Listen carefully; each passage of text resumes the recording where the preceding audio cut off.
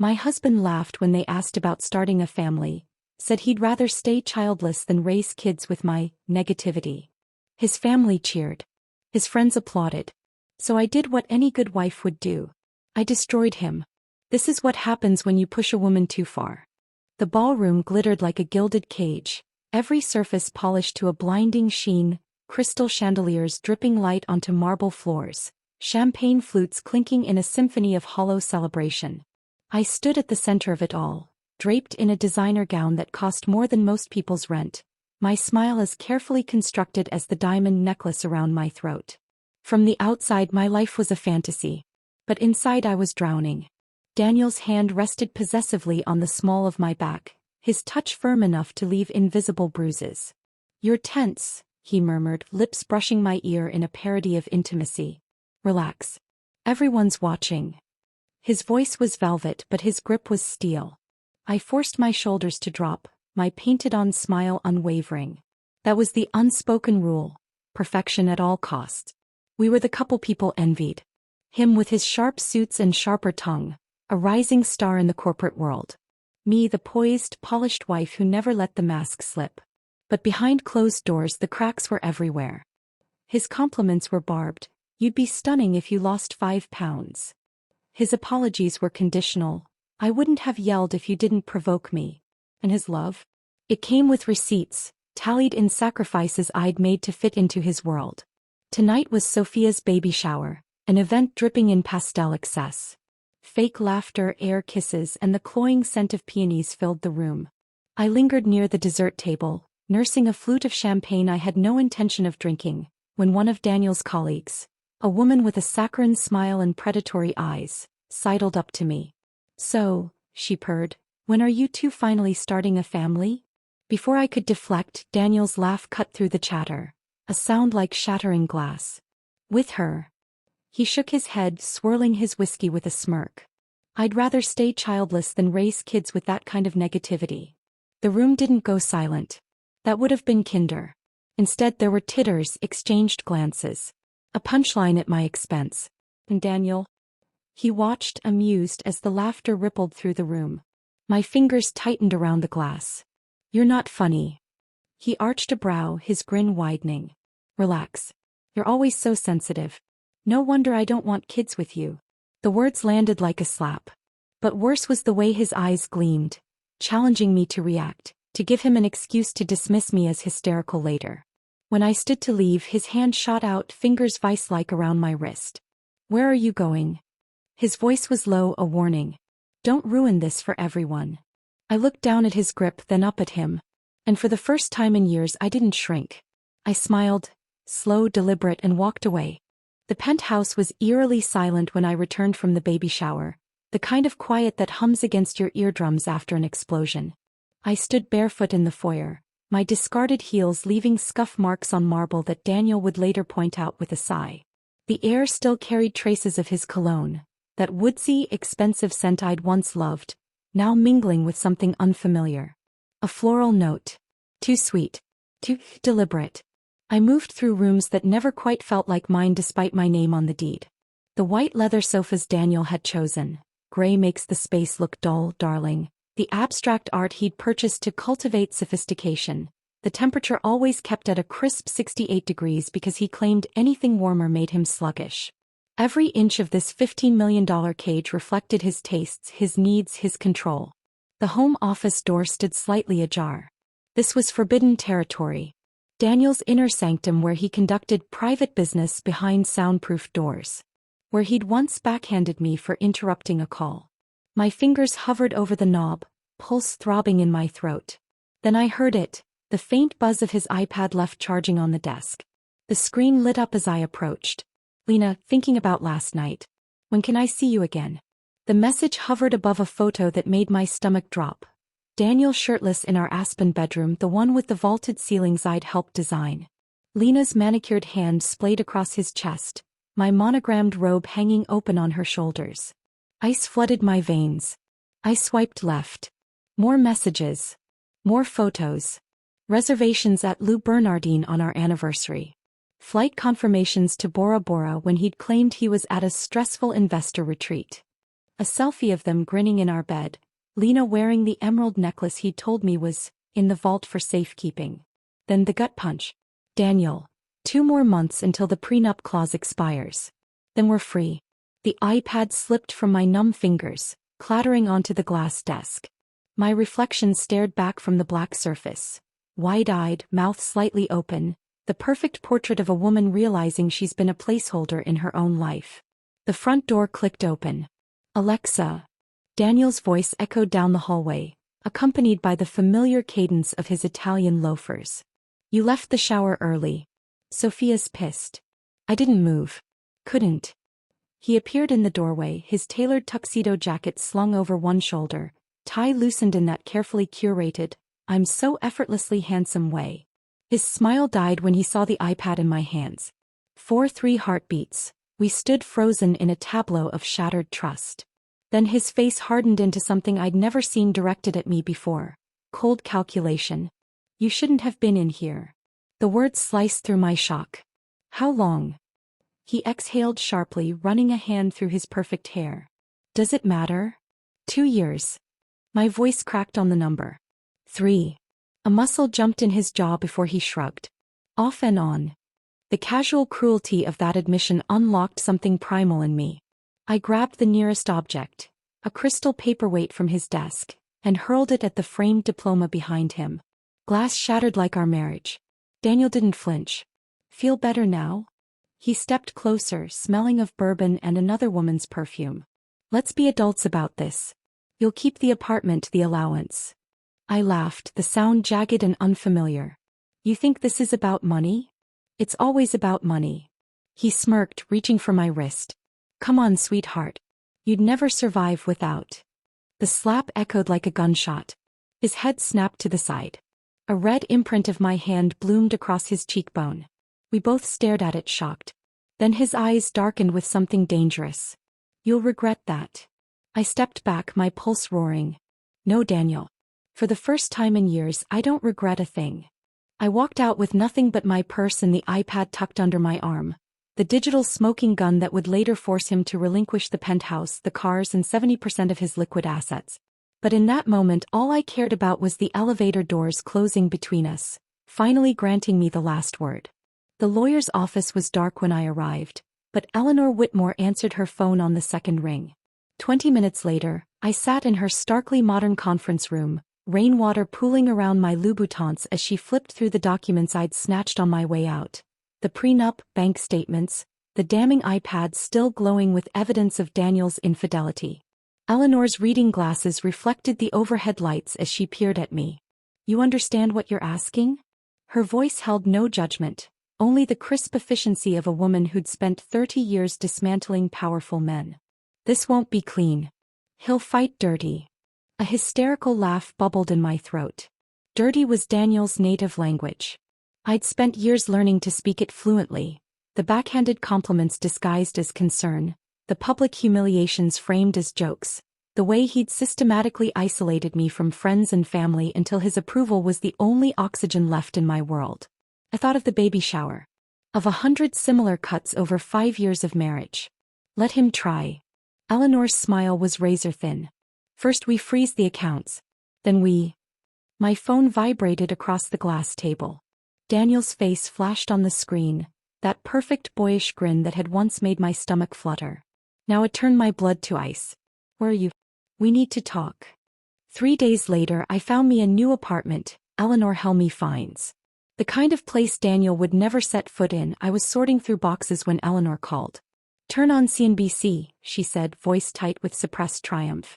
The Chiron at the bottom of the screen screamed. Carter Capital under C investigation, shares plummet 38%. There was footage of Daniel storming past reporters, his signature smirk replaced by a grimace that made his Botoxed forehead crease unnaturally. 3 days later the second blow landed. My phone buzzed with a text from an unknown number, a photo of Daniel's private jet being repossessed at Teterboro Airport, his stunned face pressed against the window like a child witnessing his first injustice. The caption read, "First class to coach, asshole." I didn't need to ask who sent it. Marcus had developed a poetic sense of vengeance. Then came the night he showed up at my door. Rain sheeted down in punishing waves as I peered through the peephole. The man standing in my hallway bore little resemblance to the Wall Street prince I'd married. His Tom Ford trench coat was soaked through, his usually perfect hair plastered to his forehead. When he raised his fist to knock again, I saw his manicure had grown out. I opened the door just enough to watch the hope flare in his bloodshot eyes. "You look terrible," I said conversationally. His laugh came out ragged. "I've had better weeks." The scent of bourbon and stale sweat rolled off him in waves. "Can I come in?" "No." The single syllable hung between us. Daniel swayed slightly, his knuckles whitening where they gripped the doorframe. "They froze my accounts today," he said as if confessing to a mortal sin. "My own fucking board voted to suspend me." I leaned against the doorjamb, the cold brass knob pressing into my spine. And his eyes, those damned hypnotic eyes that had once convinced me black was white, searched my face for mercy. "You know people at the SE. That intern you mentored runs the division now." A droplet fell from his hair onto his ruined Ferragamos. "You can stop this, Alexa. That's all I'm asking." The absurdity of it punched through me like a bullet. This man who'd mocked me at dinner parties, who'd fucked his mistress in our bed, who'd hidden millions in offshore accounts, now stood begging for my help while rainwater pooled around his $1,000 shoes. I studied the fraying collar of his shirt, the shadow of stubble along his jaw. The great Daniel Carter reduced to a common beggar. "Remember our 5th anniversary?" I asked softly. "When you told me my dress made me look cheap?" His brow furrowed. "What does that have to?" "You were right." I smiled as the memory unspooled. "I bought it on sale because you'd cut my allowance after I embarrassed you at the Winthrop Gala." My fingers tightened on the door. "Sleep well, Daniel." I closed the door gently, waiting until I heard his staggered footsteps retreat down the hall before bursting into the kind of laughter that borders on hysterics. The next morning, Bloomberg reported Carter Capital's SO had flipped, providing investigators with damning evidence of securities fraud. By noon, Daniel's face was everywhere. The financial pages, gossip sites, even TMZ. The photo they all used showed him mid-snarl, shoving a photographer outside his now foreclosed Tribeca loft. The second time Daniel came to my door, he didn't knock. I found him slumped against the wall in my hallway at 2:17 a.m., his tailored suit wrinkled beyond salvation, his breath reeking of expensive scotch and poor decisions. His head snapped up when my key turned in the lock, his bloodshot eyes widening with something dangerously close to hope. "Alexa." My name left his lips like a prayer, raw and broken in a way I'd never heard before. He staggered to his feet, catching himself against the doorframe. "Please." I tightened my grip on my keys, the metal teeth biting into my palm. "You're drunk." "I'm sober enough to know I've ruined everything." His laugh was a hollow thing scraping against his throat. "The firm's gone. The board voted me out this afternoon." His fingers trembled as he reached into his pocket, producing a single key, the one to our old penthouse. "They're foreclosing tomorrow." The sight of that key, once a symbol of everything we'd built together, should have shattered me. Instead, I felt nothing but a distant clinical pity. "You should go home, Daniel." "This is my home." The words exploded from him, bouncing off the sterile hallway walls. He caught himself immediately, running a shaking hand through his ruined hair. "I mean, you are." Silence settled between us, thick and suffocating. The elevator dinged somewhere down the hall, but neither of us moved. "Say something," he whispered. I studied the man before me, the frayed cuffs of his once impeccable shirt, the way his left eye twitched with exhaustion, the unfamiliar slump of his shoulders. This wasn't the Daniel who'd humiliated me at the baby shower. This wasn't even the man who'd begged for my help 2 weeks ago. This was something far more dangerous. A man with nothing left to lose. I said slowly, "you're confusing an ending for a beginning." His breath hitched. "What's that supposed to? You didn't come here for forgiveness." I stepped past him, unlocking my door. "You came because you've finally realized no one's coming to save you." His hand shot out, fingers wrapping around my wrist with a gentleness that shocked me. "I love you." The words were barely audible. I never stopped. For a heartbeat, just one, I let myself remember. The way he'd looked at me across that crowded gala when we first met. The way his laughter had once felt like sunlight against my skin. The promises we'd made before the world, and his own ambition, twisted them into weapons. Then I pulled free. "You're right," I said softly. "You never stopped loving me. But you never chose me either." The door clicked shut between us. Through the wood, I heard the muffled sound of his fist connecting with the wall. Then silence. Then footsteps fading down the hallway. I waited until the elevator dinged again before sliding to the floor, my back pressed against the door, my breath coming in sharp, painful bursts. Not from grief. Not from regret. The federal courthouse steps gleamed like polished bone beneath the relentless summer sun. I adjusted the cuffs of my tailored blazer. Charcoal instead of my usual pastels, a sartorial declaration that the meek society wife was dead and buried. Reporters clustered behind barricades, their shouted questions creating a wall of sound that followed me up the steps. "Ms. Whitmore, how does it feel to? Is it true your husband emptied your? Have you seen the photos of Daniel and?" I kept my gaze fixed straight ahead, Eleanor's hand steady at my elbow.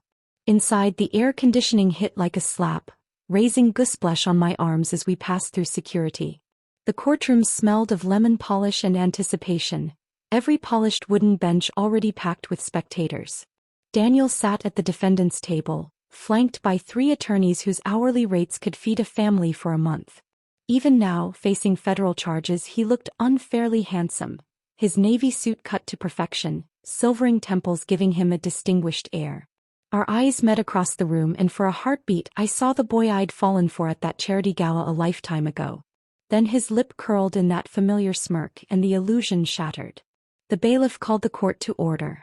Icy Attorney Reynolds stood, her no-nonsense bob swinging as she approached the jury box.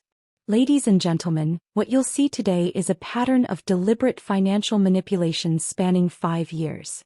The projector hummed to life, displaying Daniel's offshore account records. Mr. Carter didn't just hide assets from his wife. He stole from investors, committed tax fraud, and violated securities laws. Daniel's lead attorney objected. "Relevance." Judge Nakamura peered over her glasses. "Overruled. Continue, counselor." Reynolds clicked to the next exhibit, the security footage from our home office. Daniel's voice filled the courtroom, crisp and condescending. "Even if she left, who'd believe the neurotic wife over me?" A juror's gasp echoed off the vaulted ceilings. Daniel's fingers tightened around his pen. Then came the financial records. The shell companies, the forged signatures on inheritance documents, the $250,000 stress relief transfer dated after my miscarriage. With each revelation, the room seemed to tilt further off its axis. I pressed my palms flat against the bench to steady myself, the wood grain biting into my skin. When Reynolds called me to the stand, Daniel finally looked rattled. "Ms. Whitmore," Reynolds began, "when did you first suspect financial impropriety?" I smoothed my skirt. "When I found charges for a Bora Bora villa during a week he claimed to be at a fishing retreat." A titter ran through the gallery.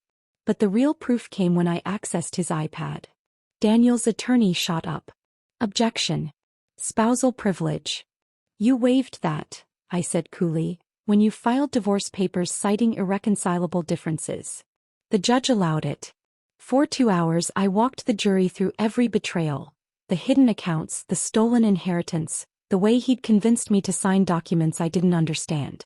When Reynolds played the baby shower recording, Daniel's mocking, "I'd rather stay childless than raise kids with that negativity," ringing through the courtroom, even the stenographer paused in sympathy. The cross-examination was brutal. "Ms. Whitmore," Daniel's attorney sneered, "isn't it true you're bitter about your failed marriage?" Eleanor objected before I could answer. The attorney tried another angle. "These so-called hidden accounts, weren't they business investments any savvy spouse would understand?" I leaned toward the microphone. "Is that why he listed them under Lena's spa days in the ledger?" The gallery erupted. The judge called for order. When I stepped down, my knees threatened to buckle, but I forced myself to walk steadily back to my seat. Daniel glared at me with naked hatred, a look I'd never seen from the man who'd once whispered, "You're my everything," against my skin. The verdict came faster than anyone expected. Guilty on 7 counts of securities fraud. Guilty on 4 counts of tax evasion. Guilty on 3 counts of intentional dissipation of marital assets. The judge set sentencing for next month, but ordered Daniel's passport surrendered immediately. As marshals led him away, he turned to me with venom in his eyes. This isn't over. I met his gaze without flinching. For me, Daniel, it is. Outside, the sunlight felt different, cleaner somehow. Eleanor hugged me tight as reporters shouted questions we wouldn't answer. The morning light filtered through the sheer curtains of my new apartment, casting geometric patterns across the hardwood floors as I sat cross-legged on the rug with my laptop. 2 weeks had passed since I'd walked out of the courthouse victorious, yet the reality of my freedom still hadn't fully settled in my bones. The apartment smelled of fresh paint and possibility, a far cry from the stifling, perfume-laced air of the penthouse I'd shared with Daniel. My fingers hovered over the keyboard as I reviewed the final divorce settlement documents for what must have been the 20th time. The numbers still stunned me.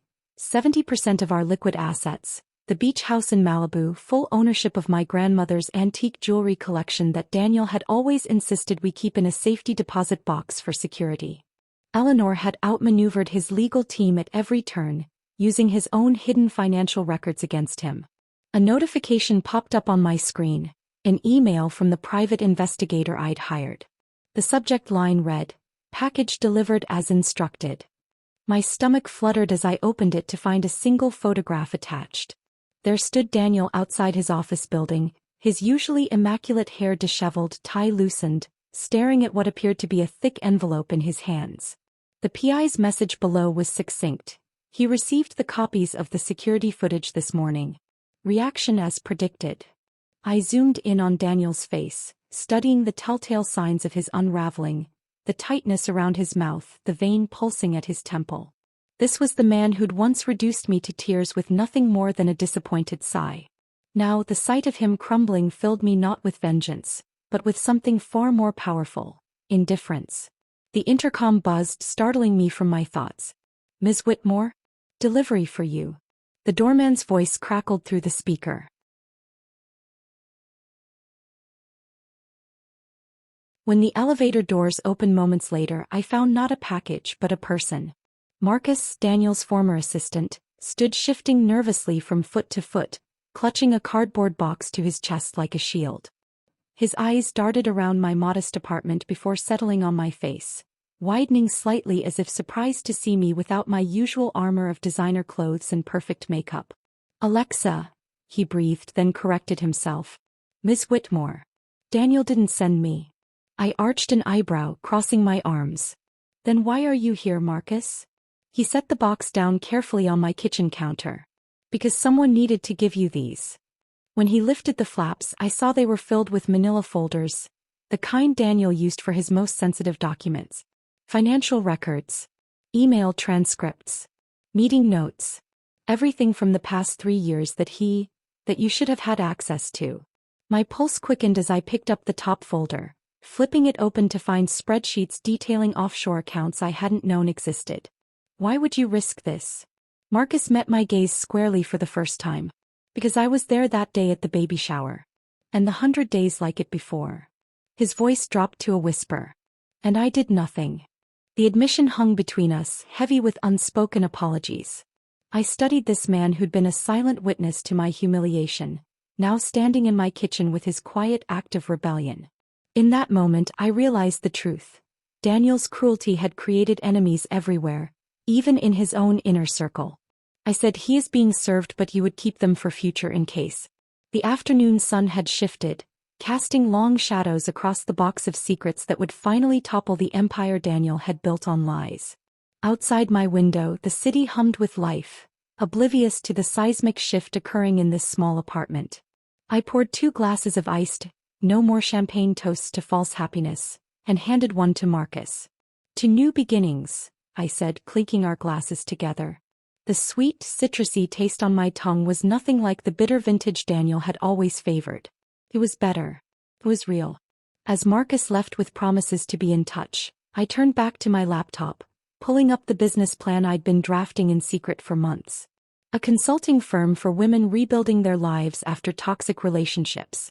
The website mock-ups glowed on the screen, bold and unapologetic, a far cry from the muted pastels of the society wife I'd once been. Somewhere across town, Daniel was scrambling to contain the damage. But here in this light-filled space that bore no traces of him, I was finally becoming who I'd always been meant to be. Not his victim. Not his wife. It's me. The charity gala invitation arrived on thick cream cardstock, embossed with gold foil that caught the light when I tilted it in my hands. Annual Whitmore Foundation benefit.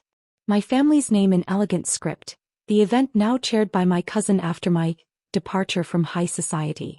I hadn't attended in 3 years. Not since the last one where Daniel had gripped my elbow too tightly while whispering, "Stop flirting with the waiter, darling. You're embarrassing yourself." I set the invitation on my desk, next to the framed photo of my new boutique's grand opening. The woman in that picture, grinning wildly, surrounded by friends who actually liked her, wouldn't recognize the ghost I'd been at that final gala. My assistant, Maya, poked her head in. "You're not actually considering going?" I ran a finger along the invitation's edge. "I'm considering sending a donation." Maya snorted. "Bullshit. You want to see him." "Want is too strong a word." I spun the invitation in a slow circle. "I'm curious. Curious if he'd aged. If the stress of the divorce and the very public SEC investigation had left marks. If he still wore that same cologne that used to make my stomach flutter before it turned my stomach." Maya sighed dramatically. "Fine. But if we're doing this, we're doing it right." She pulled out her phone. "I'm calling in every favor I have at Vogue." The night of the gala, rain slicked the streets, turning the city into a glittering funhouse mirror. My limo pulled up behind a line of Mercedes and Bentleys, the red carpet a tongue of fire against the museum's marble steps. "Ready?" Maya adjusted the diamond choker at my throat. Real this time, not the CZ Daniel had insisted I wear to avoid looking tacky. I inhaled deeply. "Let's get this over with." The second I stepped out, camera flashes erupted like fireworks. I kept my chin high, my black gown, custom Alexander McQueen with a razor-sharp slit, swishing around my legs. No demure pastels tonight. No clinging to Daniel's arm like a nervous debutante. The whispers started before I reached the doors. "Is that?" I heard she took him for. God, she looks. I didn't need to hear the end of that sentence. I knew what I looked like. Powerful. Untouchable. Free. The ballroom was a sea of tuxedos and taffeta, the air thick with perfume and ambition. I accepted a champagne flute from a passing waiter. Yes, I smiled at him, and scanned the crowd. Then I saw him. Daniel stood near the bar, his once impeccable suit slightly loose on his frame, his hair no longer perfectly styled.